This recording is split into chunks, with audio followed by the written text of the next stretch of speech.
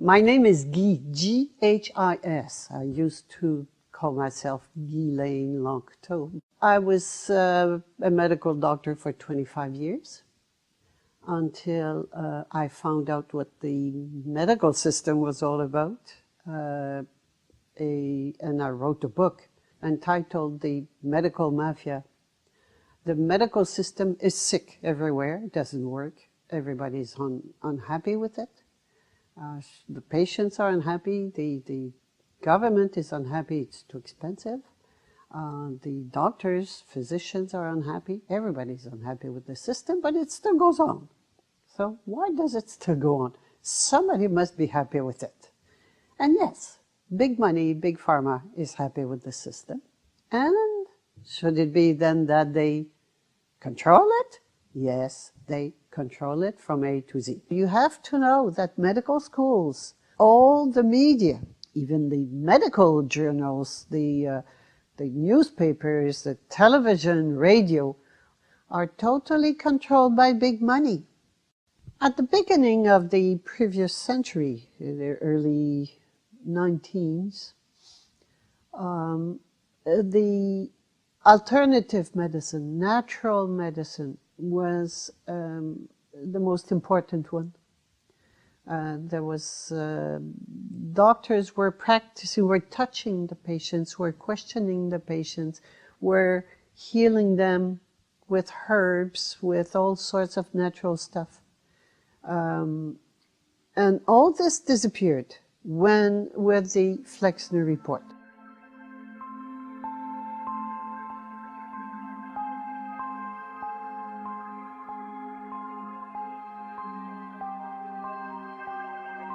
In 1907, the AMA, American Medical Association, involved the Carnegie Foundation in elaborating a book-length study of medical education in the United States and Canada, also known as the Carnegie Foundation Bulletin No. 4.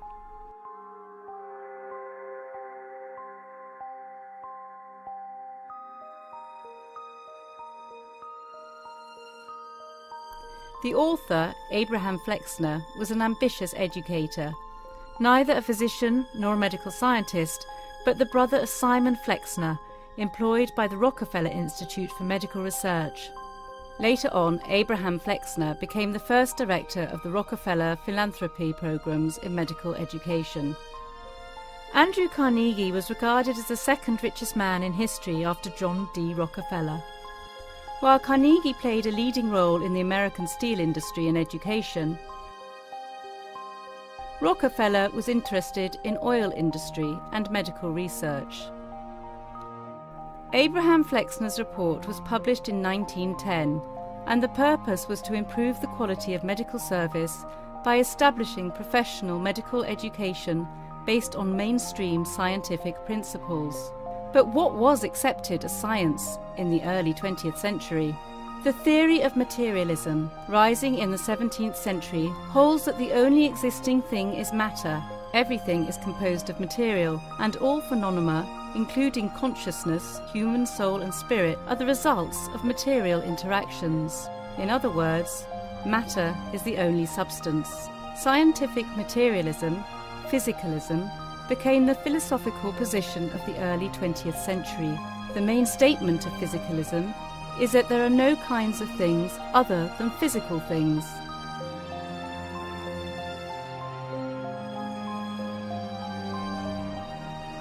When a hypothesis is repeated long enough, it often becomes a fundamental rule of life. It is assumed to be true. Before the Flexner Report was released, twice as many physicians practiced alternative medicine than conventional allopathic medicine, and medical knowledge was taught in small private schools all over the USA. The report changed everything, and backed by the police power of each American state, medical schools were obliged to follow the trend set by the Carnegie Foundation. The human body belongs to the animal world. It is put together of tissues and organs. It grows, reproduces itself, decays according to general laws. It is liable to attack hostile physical and biological agencies. Herbs, homeopathy, chiropractic and massage were demoted as quackery. Small medical schools were either closed or merged into universities financially supported by industrial companies. In less than 10 years, the number of medical schools dropped from 650 to 50.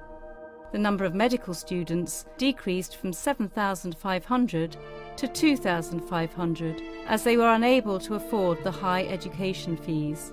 The report included a detailed regulation of medical education and pharmacology as the only solution against dreadful diseases. According to the present-day consequences of the report, no medical school can be created without the permission of government, and medical research adheres fully to the protocols of scientific research. Of the 1910s, materialism, medication and vaccination. Supply of physicians were restricted, incomes of the remaining practitioners raised, and conventional medical schools began to be centralised.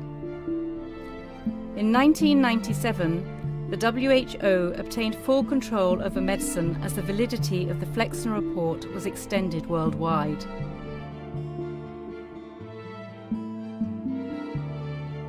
And what was the long-term result of reforming the medical education and practice? Hardly any news in the media.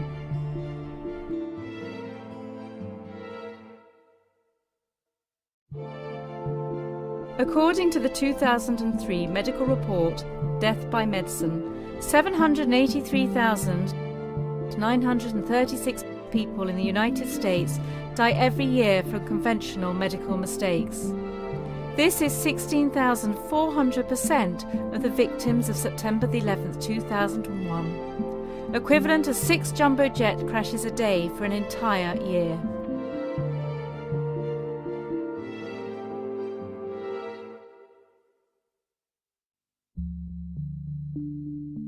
$106,000 of the nearly 800,000 cases are from prescription drugs. The United States spends $282 billion annually on deaths due to medical mistakes, or iatrogenic deaths. According to a 1995 US iatrogenic report, the annual automobile accident mortality rate is 45,000. On the other hand, annually, over 1 million patients get injured in hospitals, and 280,000 of these cases result in death. In 2004, the USA spent $1.4 trillion, 15.5% of the GDP, on healthcare. More than 1/3 was paid to the pharmaceutical industry.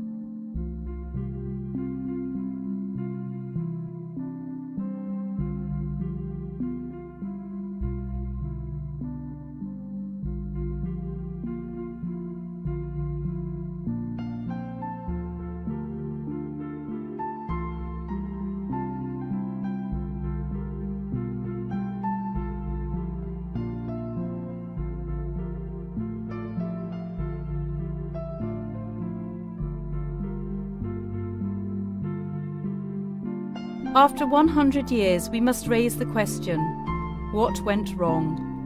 Despite the huge amount of money accumulated in the pharmaceutical industry, there are more dreadful diseases and sick people today than ever. You will find the answers in the Flexner Report, a documentation that created and enabled the terms of a centralised medical system and pharma industry to take over control.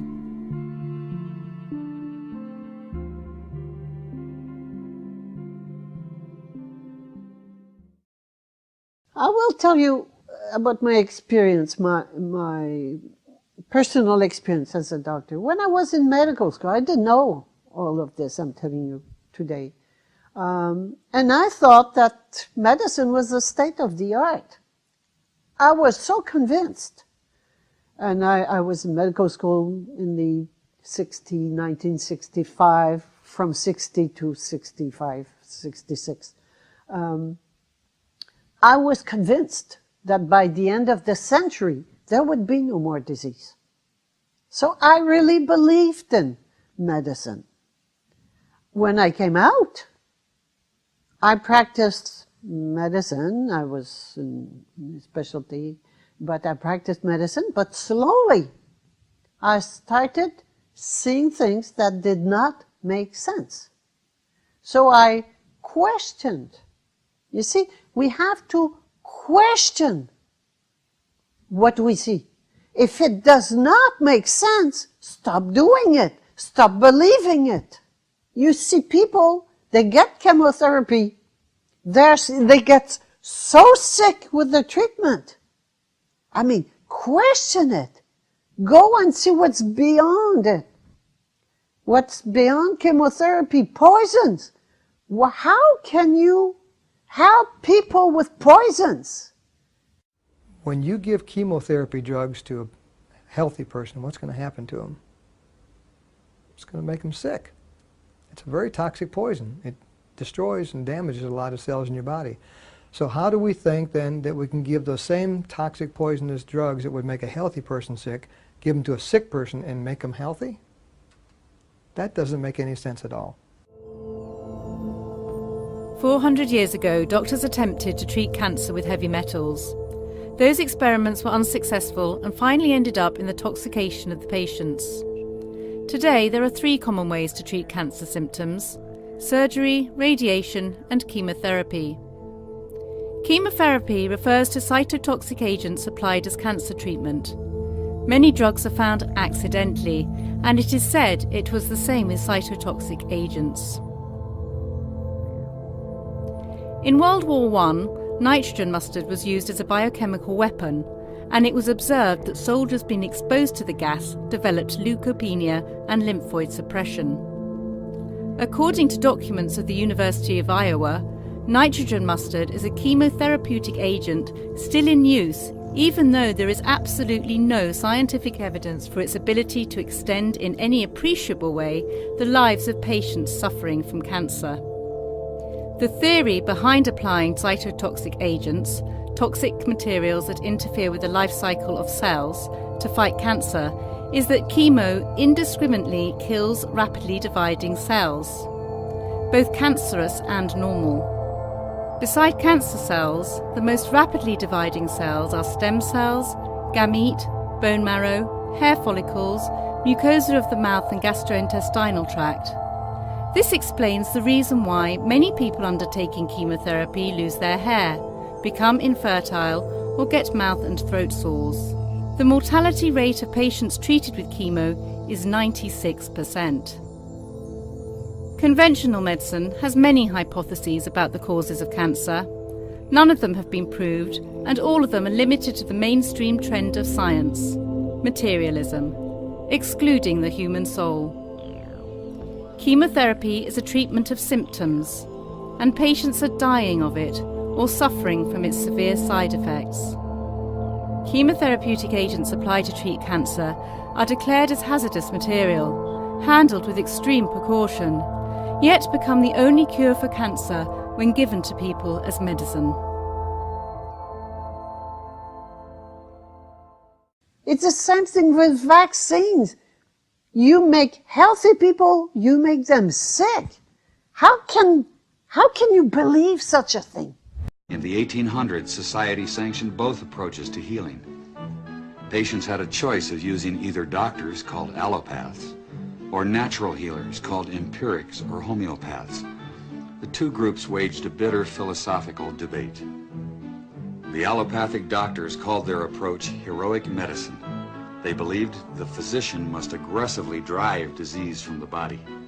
They based their practice on what they considered scientific theory. The allopaths used 3 main techniques. They bled the body to drain out the bad humors. They gave huge doses of toxic minerals like mercury and lead to displace the original disease. They also used surgery, but it was a brutal procedure before anesthesia and infection control. Few patients were willing to have surgery. Most patients feared allopathic methods altogether. Satirist of the day remarked that with allopathic treatment, the patient died of the cure. Competing with the doctors were the empiric healers. Contrary to the doctors, they believed in stimulating the body's own defenses to heal itself. Instead of poisonous minerals, they used vegetable products and non-toxic substances in small quantities. They especially favored herbs learned from Native American and old European traditions. The empirics said they based their remedies not on theory, but on observation and experience. Satirists of the day added that with empiric treatment, the patient died of the disease, not the cure. In the 1800s, doctors tried to stop the popular empirics from collecting their fees by denouncing them as quacks. Economic competition from the empiric healers caused the doctors to found the American Medical Association. But the AMA was a small trade association without political clout, and the balance of medical power remained equal until the turn of the century. Then, new medical treatments emerged that were potentially very profitable. Promoting these methods, the AMA joined with strong financial forces to transform medicine into an industry. The fortunes of Carnegie, Morgan, and Rockefeller financed surgery, radiation, and synthetic drugs. They were to become the economic foundations of the new medical economy. Ironically, John D. Rockefeller himself used only an empiric homeopath while investing in allopathic medicine. Surgery became viable with anesthesia and infection control, and doctors advocated expensive, radical operations. These in turn produced the need for a large, lucrative hospital system. The allopaths also discovered a new toxic mineral, radium. Radium fever swept medicine. The price of radium rose 1,000% almost overnight. Another costly technological industry entered the hospital system. A drug industry grew out of the booming patent medicine business. Ironically, many of the new synthetic drugs came from plants and empiric remedies. Drug company ads boosted the revenues of the AMA Journal 500% in 10 years. The doctors changed educational standards and licensing regulations to exclude the empirics. Soon, only AMA-approved doctors could legally practice medicine. In a brief 20 years, the AMA came to dominate medical practice. Organized Medicine launched a media campaign to associate the empirics with quacks. The code word for competition was quackery. By the 1940s, its quack files had swelled to include 300,000 names. The Fitzgerald Report to Congress named at least a dozen other promising cancer treatments seemingly blocked by organized medicine. Their proponents were mostly doctors and scientists of high reputation. The treatments were immunological or nutritional. Dismissing them as quackery were panels of surgeons and radiation therapists. The congressional report emphasized two outstanding cases of alleged suppression, Harry Hoxsey and Dr. Andrew C. Ivy. If Hoxsey fit the image of a quack, Dr. Ivy certainly did not. The similarity of Dr. Ivy's charges to those of Hoxsey was unmistakable. A failed attempt by an AMA official to buy his formulas, followed by blackballing and a refusal to test the therapy. The Fitzgerald Report to Congress described a menacing pattern.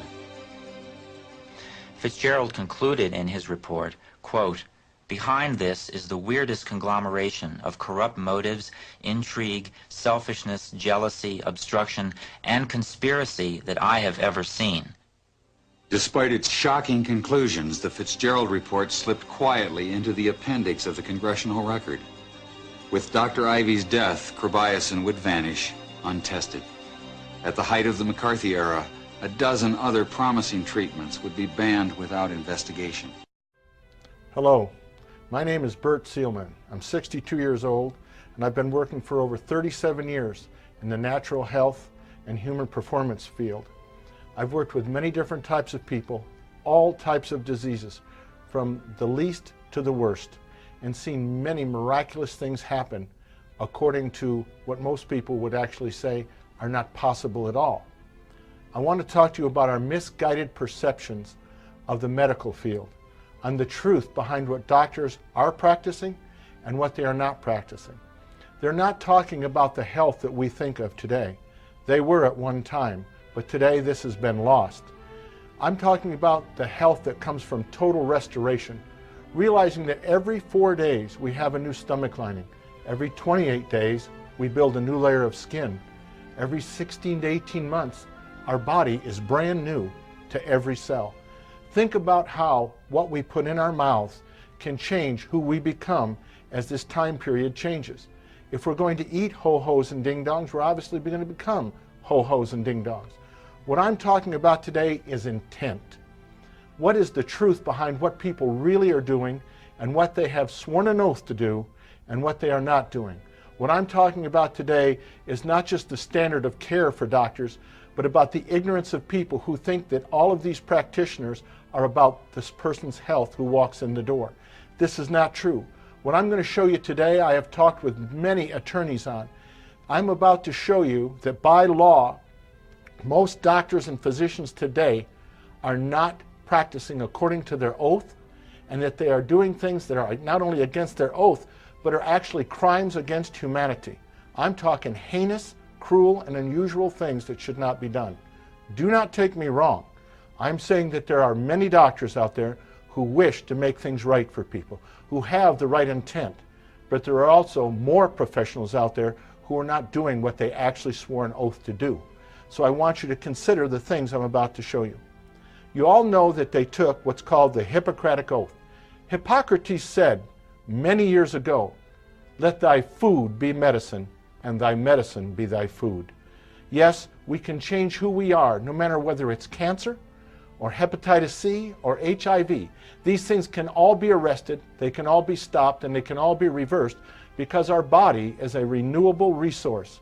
Yes, a new stomach lining every 4 days, a new layer of skin every 28, and that's right, a new body every 16 to 18 months. I've seen it happen. I want you to know today what the truth says. I'm first going to talk to you and show you the original Hippocratic Oath that was used up until 1964, and it was translated from the Greek. And for time's sake, I'm going to cut right to the chase. The old classical oath of the Hippocratic Oath for doctors said in the 3rd paragraph, "I will apply dietetic measures for the benefit of the sick according to my ability and judgment. I will keep them from harm and injustice." Please note, I will apply dietetic measures. Where does your doctor today able to tell you, or where has he practiced with you, finding out what you're eating, how to prevent the diseases from happening? You go to this man for a cure, but yet he doesn't tell you anything on how to prevent it. Could it be because it makes him money? Or more importantly, could it be because a big pharma taught him how to practice medicine, and maybe he was duped?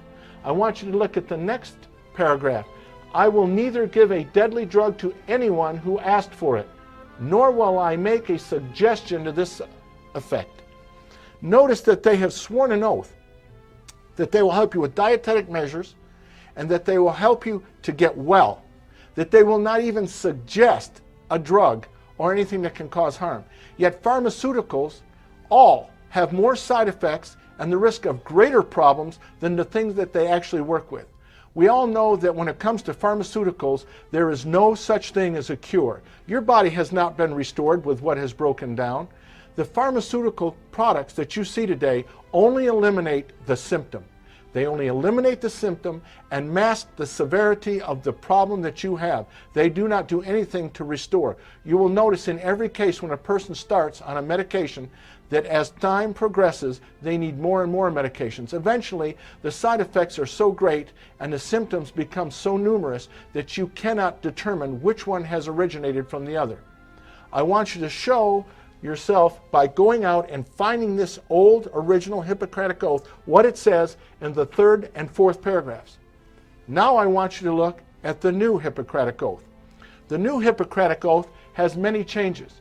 I want to bring up a point. It was changed in 1964 by a man named Luis Lasagna at Tufts University. Mr. Lasagna also became one of the heads of the Food and Drug Administration after being in the American Medical Association. Could this be due to their certain influences and pressures for money or for position or for power? I want you to notice something that it says very carefully. It says in the 4th paragraph, I will remember that there is art to medicine as well as science, that warmth, sympathy, and understanding may outweigh the surgeon's knife and the chemist's drug. You'll notice that the chemist's drug has now been put in. Where did this come from and why? Could this have been something from Big Pharma? Look at the next paragraph. I will not be ashamed to say I know not, nor will I fail to call in my colleagues when the skills of another are needed for a patient's recovery. Recovery, or recovery for him to do another service that could cost you something more? I want you to look farther into this. It says that I will respect the privacy of my patients, for their problems are not disclosed to me that the world may know. But please follow. Most especially must I tread with care in matters of life and death. If it is given to me to save a life, all thanks. Well, of course, we would all be wonderful people, and we would want to help people and save a life. But notice what continues. But it may also be within my power to take a life. Whoa. Within my power to take a life. You're going to a man, and you're going to sign a release, and he has the power to take your life. I want you to think about this. This awesome responsibility must be faced with great humbleness and awareness of my own frailty. What? He's afraid that someone will come back and kill him? Or maybe take his life? But the next point is absolutely ludicrous. It is absolutely insanity. Above all, I must not play at God. He can give a life or he can take it, and he's not playing God. This is hypocrisy in itself. But go on. It goes down farther to say, I will prevent disease whenever I can, for prevention is preferable to cure. Now I want to ask you, cancer cannot be cured until you go back and help the self-cleaning mechanism of the cell. We've done this with too many people. I've seen it done with many healthcare practitioners. There is an actual restoration that can happen with your body because it is a renewable resource. But where are they talking about prevention? There is no prevention. In fact, Big Pharma has gone on TV today to actually sell you the drug so that you go to your doctor after hearing it on the TV and demand that you get it. But do you know the long-term side effects? Remember, once you start on a pharmaceutical, it is only masking or stopping the actual symptom. The disease itself is progressing. Shouldn't we go back and restore the body from whence it came? Shouldn't we go back to nutrition and start to do what we need to do? If you always do what you've always done, you always get what you've always gotten. I want you to notice they say, I will prevent disease. This is an oath, a solemn vow. By law, they are breaking their own oath. This is a crime against humanity. I say that such people who commit these crimes should be charged with crimes against humanity. I believe that these people are nothing more than modern paid terrorists who have licensed themselves and their organizations to put them above what we know as common sense. I'm asking you to consider these things that these doctors do. By their own admission, they are not doing what they have sworn to do. The old oath, as it says here, I will apply dietetic measures for the benefit of the sick. I will neither give a deadly drug to anyone who asks for it, nor will I suggest this effect. Make a suggestion to this effect, excuse me. Please, who is the hypocrite here? But more importantly, who's stupid? We see healing done all the time through many health care practitioners. I say, take your health into your own hands. That going to a doctor is a big possibility for you actually signing your life away. Is it about your health or is it about his money? I want you to stop and look at these things. Your health is important, and so are your loved ones. Thank you.